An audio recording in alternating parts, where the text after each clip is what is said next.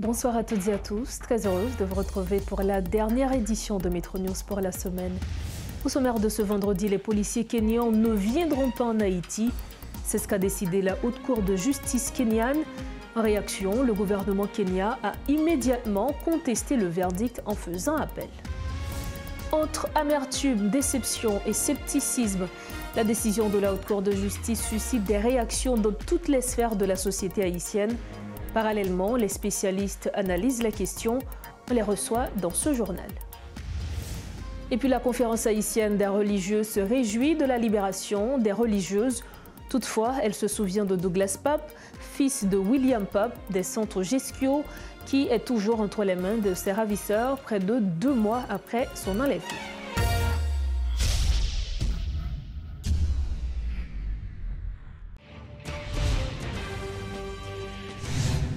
Dorje, bonsoir à tous. Bienvenue au développement de Metro News. Comme annoncé en titre, la Haute Cour du Kenya a rejeté un projet gouvernemental visant à déployer des policiers en Haïti pour diriger une mission internationale de l'ONU contre la violence des gangs. Le juge kényan, se référant aux articles de la Constitution, a déclaré que toute décision prise par un organe d'État ou un agent de l'État de déployer des policiers à l'étranger contrevient à la Constitution et à la loi et est donc inconstitutionnelle, illégale et invalide. Rappelons qu'après l'approbation du Conseil de sécurité de l'ONU en octobre, la mission a fait l'objet de critiques au Kenya, entraînant une contestation judiciaire par le chef du parti d'opposition Third Way Alliance, Ekuru Aukot. En réaction, le gouvernement du Kenya a déclaré avoir pris note de la décision de justice, mais décide de contester immédiatement le verdict de la Haute Cour. Parallèlement, le gouvernement réitère son engagement à honorer ses obligations internationales en tant que membre de la communauté et du Comité des Nations.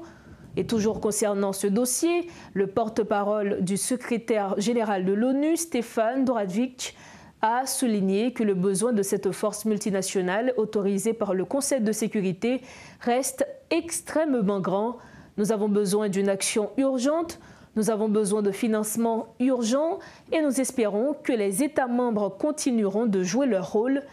Entre-temps en Haïti, les commentaires et réactions pleuvent. Pour un éclairage sur la situation, le professeur et expert en relations internationales, Fritz Dorvilliers, est avec nous. Bonsoir, un plaisir d'être avec vous. Alors, vous jugez que la décision de la justice kenyane était prévisible. Pourquoi, selon vous, cette décision était prévisible? Est-ce que la démarche du gouvernement kényan était illégale? Non, je ne dirais pas que c'était une démarche illégale, c'était prévisible dans la mesure où le Kenya est un pays, est un État en transition, peut-être qui est en train d'achever sa transition démocratique.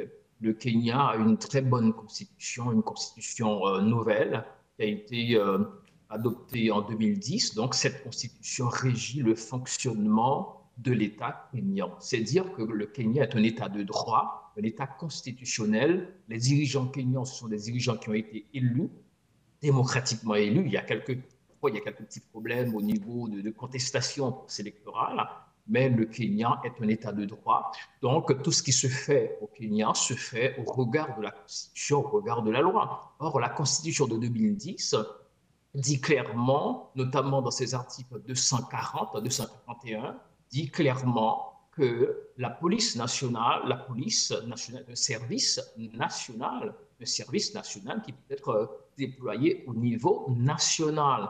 Or, la Constitution n'a pas dit que le gouvernement pouvait déployer la police nationale à l'extérieur du Kenya, alors que cette même Constitution dit clairement que le Conseil de sécurité, après l'approbation du Parlement, peut déployer les forces armées, les forces de défense, c'est-à-dire l'armée kenyane, à l'extérieur du pays, tout comme sous l'approbation du Parlement, le Kenya peut approuver une force sur son territoire. Professeur. Donc la Constitution fait la différence clairement entre les forces de défense, l'armée de terre, l'armée de l'air, etc., la navy, et la police nationale. Professeur, nous supposons que le gouvernement kényan connaît très bien sa constitution.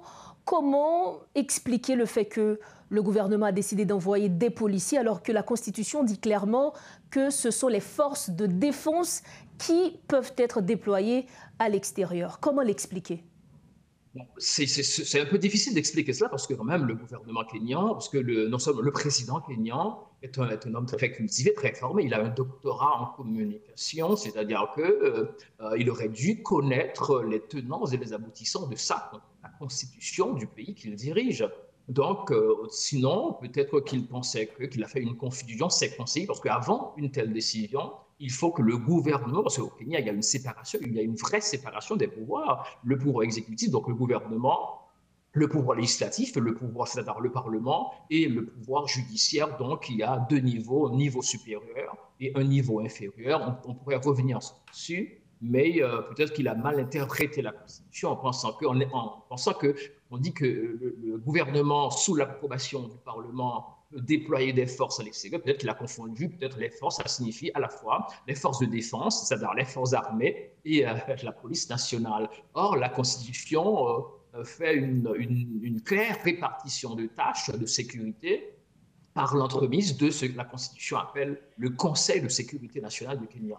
Donc peut-être c'est une confusion, premièrement. Deuxièmement, peut-être c'est à cause aussi de l'appellation, de la nature et de l'appellation de la mission, parce que la mission est une mission multinationale d'appui à la police nationale. Peut-être quand on dit que c'est une mission d'appui à la police nationale, peut-être que les gens se disent, voilà, on ne peut pas envoyer des militaires pour appuyer une police nationale.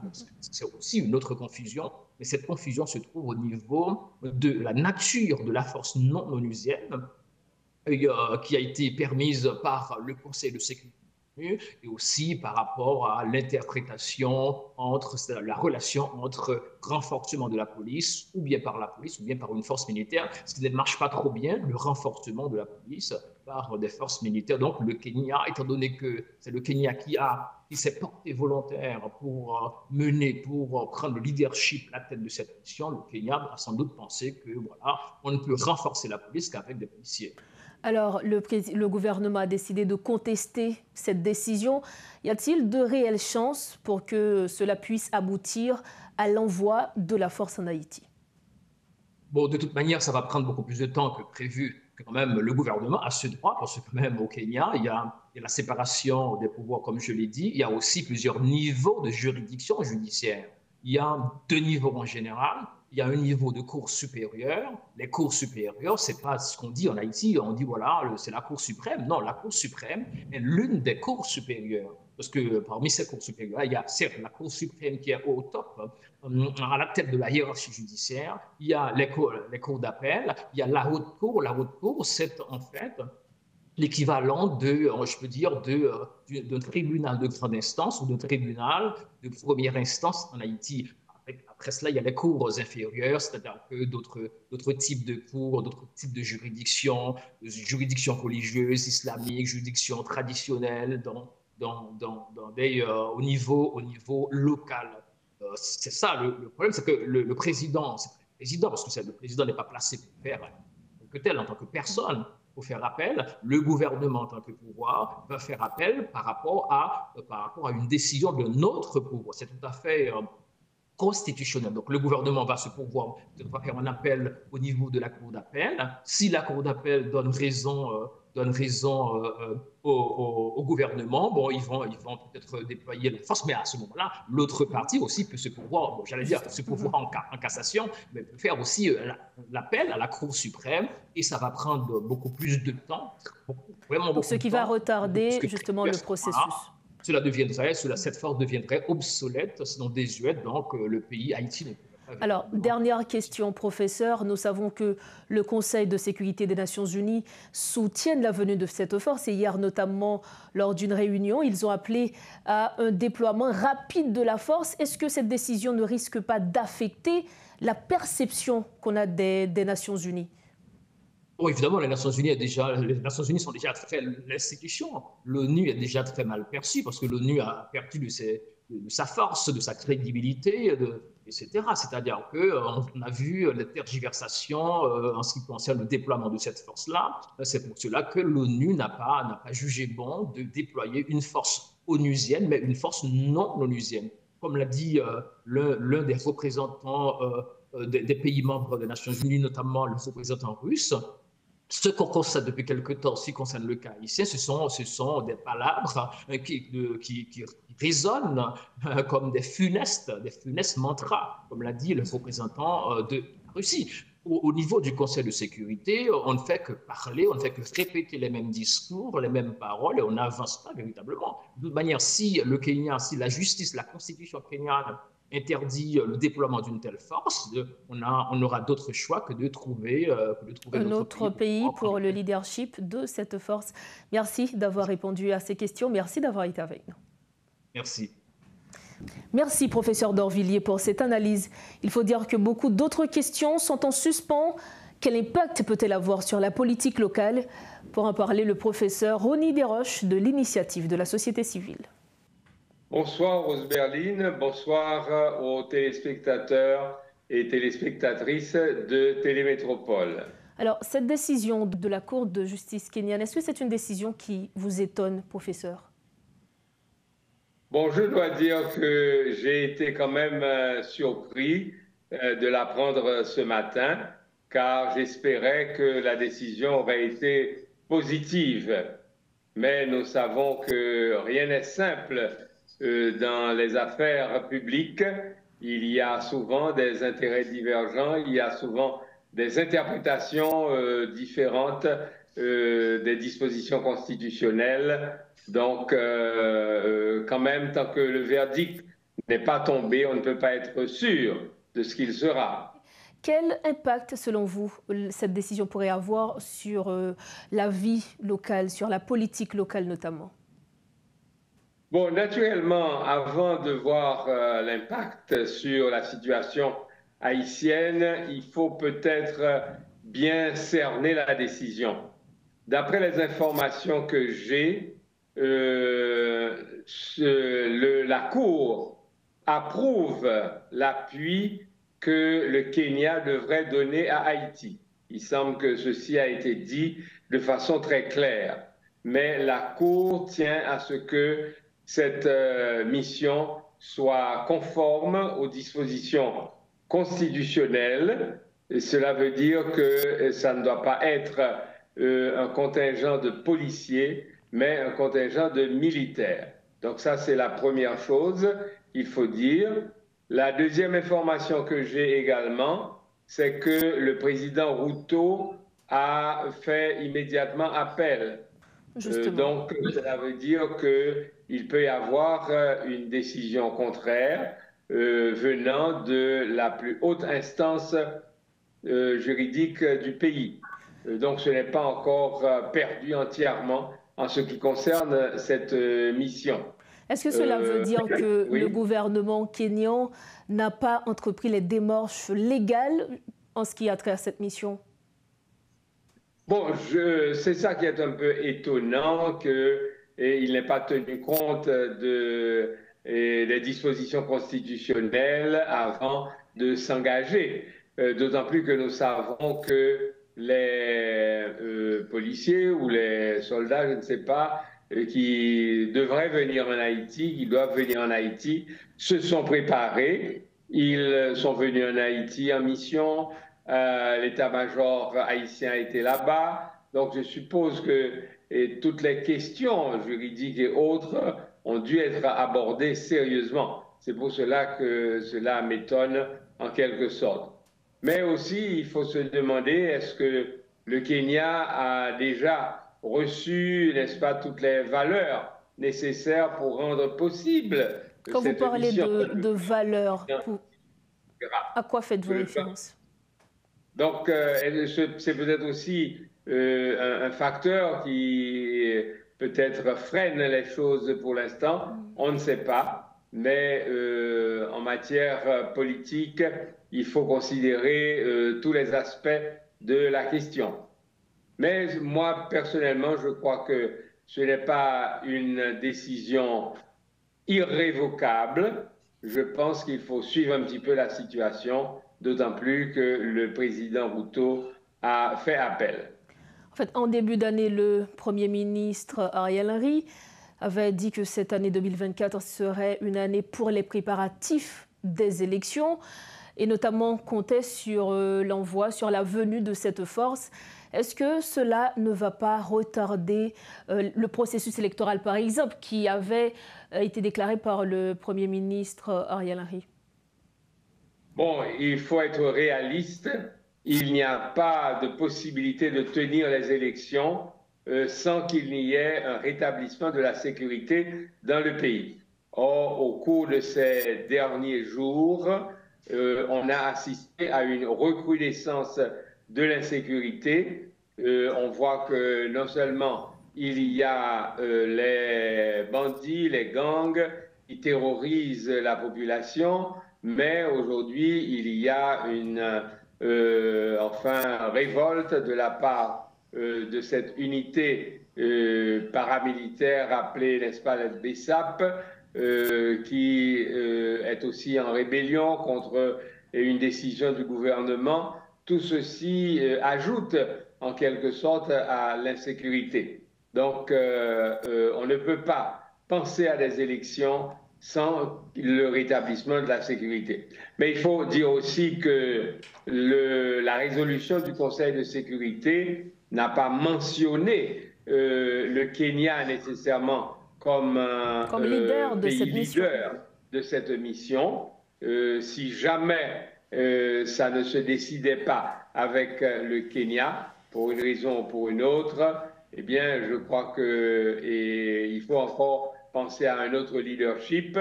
On doit se rappeler que d'abord, on s'est adressé au Canada, ensuite les États-Unis ont fait les démarches auprès du Brésil, qui n'a pas accepté non plus, le Kenya a accepté, mais il y a quelques difficultés. J'espère qu'on va pouvoir surmonter ces difficultés, mais l'essentiel, moi je reste persuadé que le pays a besoin d'une aide policière, militaire, aujourd'hui pour freiner cette terreur, pour freiner ce fléau qui véritablement met le peuple haïtien à genoux, qui freine, paralyse notre économie, les axes routiers sont bloqués, l'inflation augmente à cause des rançons qui sont demandées et aussi à cause du péage qu'il faut payer. Donc tout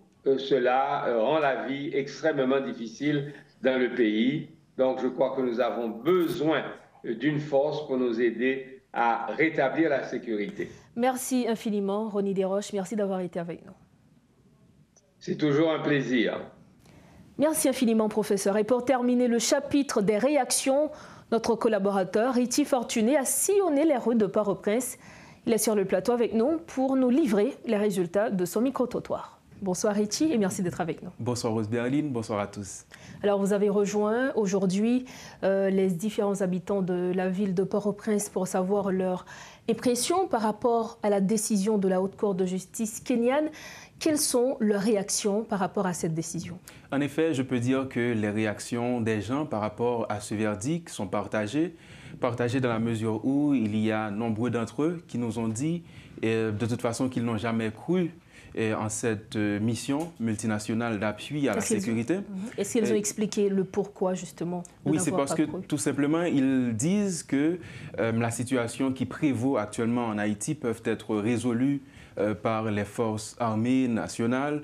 Ils parlent, par exemple, des forces armées d'Haïti, ils parlent de la PNH, tout comme il y a pas mal de citoyens qui nous ont partagé leur déception parce qu'ils disent, dans la situation actuelle, où il y a une dégradation totalement accrue de la situation de sécurité, ils comptent grandement sur la venue de cette mission pour aider la police nationale justement à contrecarrer l'insécurité qui sévit en Haïti.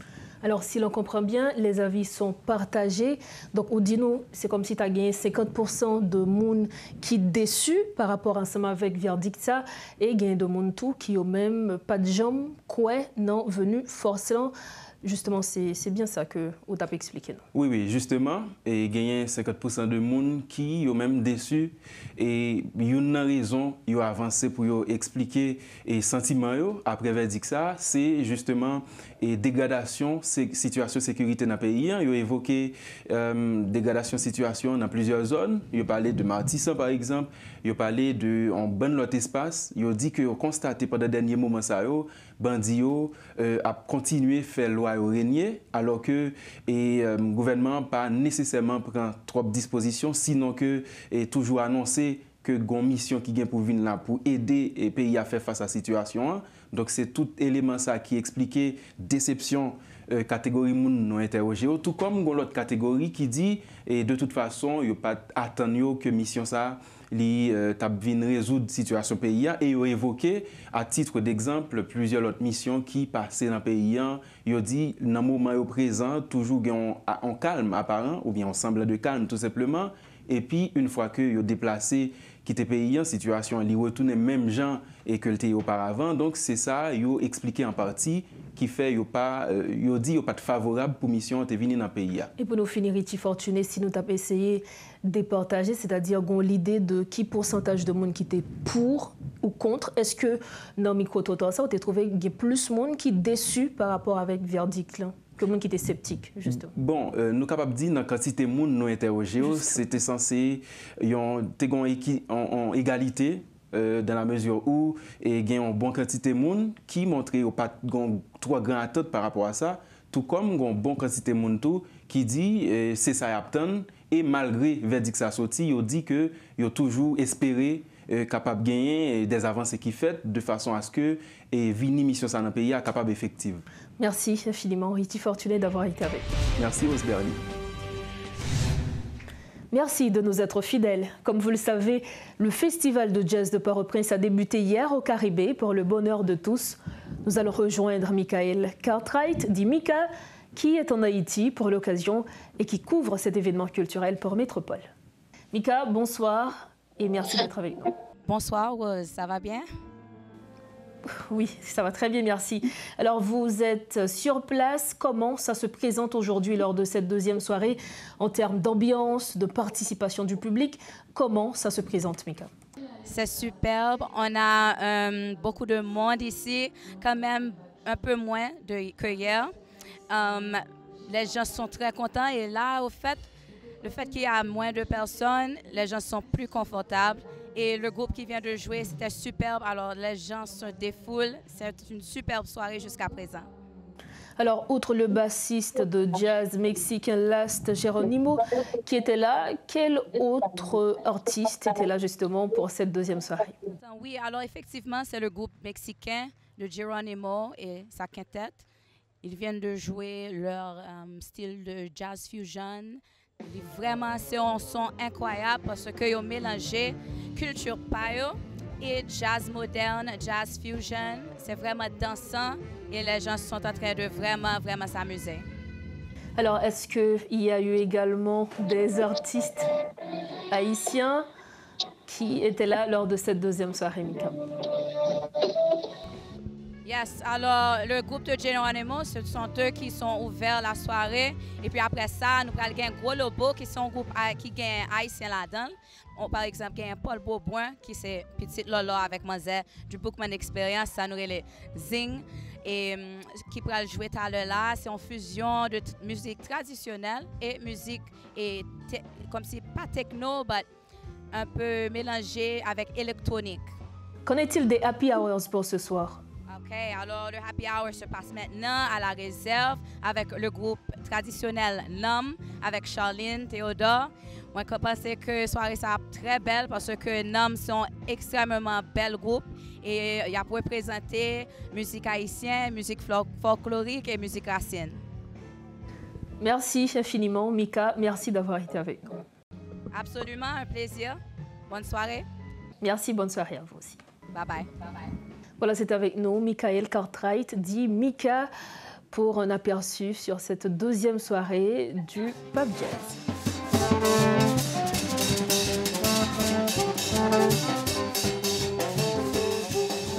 Toujours dans ce chapitre, suivez ce reportage de Rodolphe Pierre-Louis retraçant la première journée de la 17e édition du Pub Jazz. Et voilà, mesdames et messieurs, c'est parti. La 17e édition du Festival Jazz de Port-au-Prince est lancée.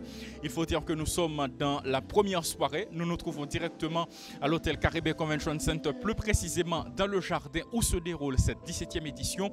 Comment est le public? Est-ce qu'il a répondu à l'appel? Découvrons. La ministre de la Culture et de la Communication n'a pas manqué dans son discours d'ouverture de féliciter l'organisation du festival. Emily Prophète croit que par la culture, un changement de mentalité et un rassemblement autour d'un projet commun dans le pays est possible.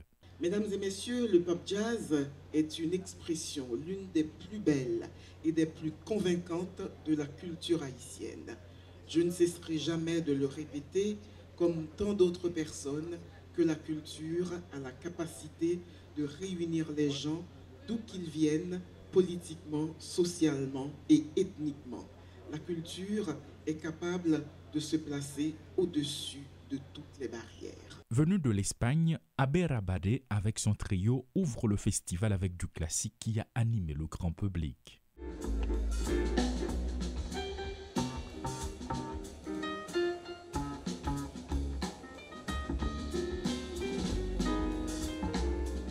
En vue de gérer le temps et de ne laisser aucun vide dans l'activité, le Rara haïtien a mis une touche particulièrement exceptionnelle répondant au goût des participants.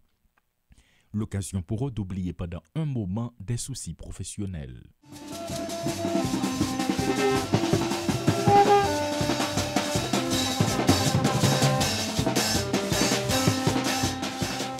De son côté, considéré comme étant l'un des patrimoines culturels de la musique haïtienne, Bitova Oba a une fois de plus charmé les fans du jazz.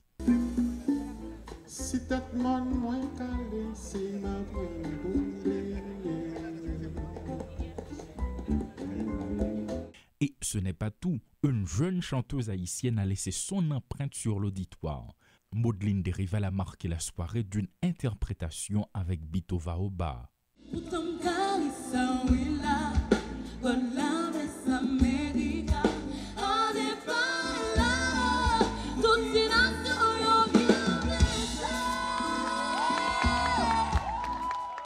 Certains participants dans le cadre de cette 17e édition n'ont pas caché leur position. C'est le cas de ce jeune professionnel qui émet son avis.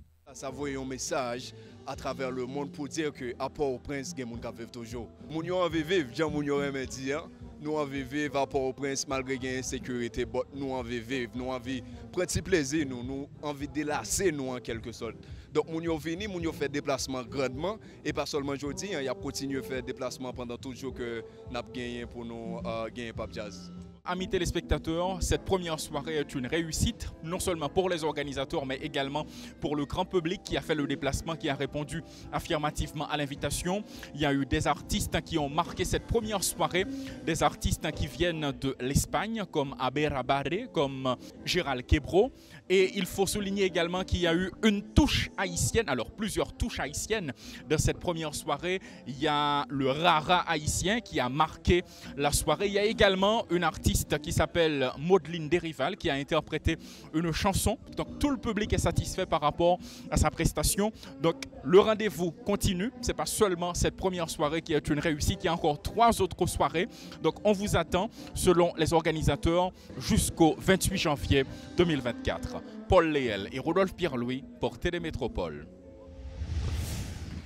Nous sommes au terme de ce journal, mais avant de partir, voici le rappel des titres à la une de ce vendredi. Les policiers kenyans ne viendront pas en Haïti. C'est ce qu'a décidé la Haute Cour de justice kenyane. En réaction, le gouvernement kényan a immédiatement contesté le verdict en faisant appel. Entre amertume, déception et scepticisme, la décision de la Haute Cour du Kenya suscite des réactions dans toutes les sphères de la société haïtienne. Parallèlement, des spécialistes analysent la question. On les a reçus dans ce journal. Et puis la conférence haïtienne des religieux se réjouit de la libération des religieuses. Toutefois, elle se souvient de Douglas Pape, fils du docteur William Pape, qui est toujours entre les mains de ses ravisseurs près de 2 mois après son enlèvement. Nous achevons ce journal. Merci infiniment à chacun de vous de l'avoir suivi. C'est le week-end, profitez très bien de la vie et surtout, rejoignez-nous sain et sauf lundi prochain. Bonsoir.